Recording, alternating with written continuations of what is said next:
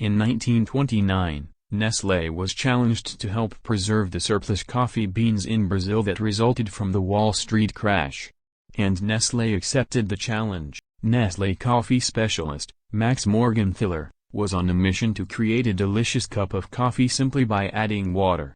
Max and his team worked hard to find a new way to make instant coffee that would retain the coffee's natural flavor.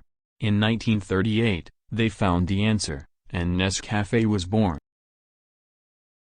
Named by using the first three letters in Nestlé and suffixing it with café, Nescafe became the new name in coffee. After the war, Nescafe was exported to France, UK and the US, and the American troops became our brand ambassadors, spreading their love of Nescafe. Today, Nescafe is enjoyed in over 180 countries and has become the world's favorite coffee. Nescafe Plan.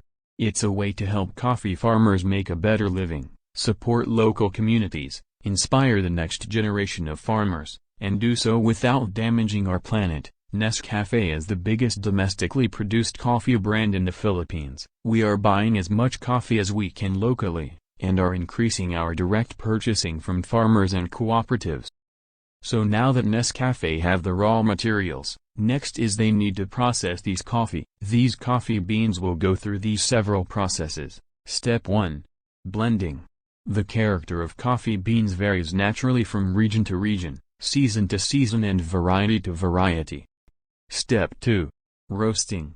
The flavor and aroma of coffee beans are brought to life by the roasting process.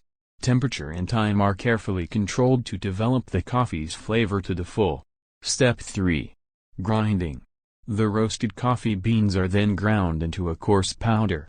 This is the same technique that's used for roast and ground coffee which you might buy in your local supermarket or coffee shop.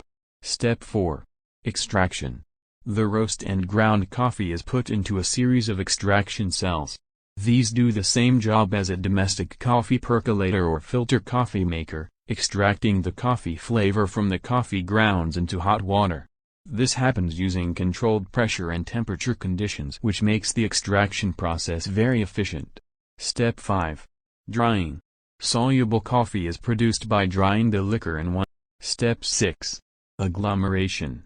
Soluble coffee granules are made from powder that has been spray-dried, a process known as agglomeration. The powder is wetted slightly so that the particles stick together and the resulting granules are sieved so that only particles of the same size are filled into jars. Step 7. Aromatization. In the Nescafe range, we capture the beautiful aromatics which are released during the grinding process. Step 8. Filling.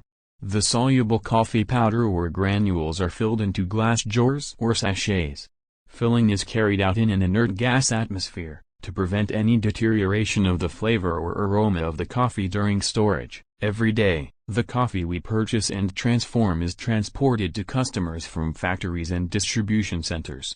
We deliver our products via a network of road, rail and sea transportation to wholesalers and retailers and reach to our consumers that love our instant coffee.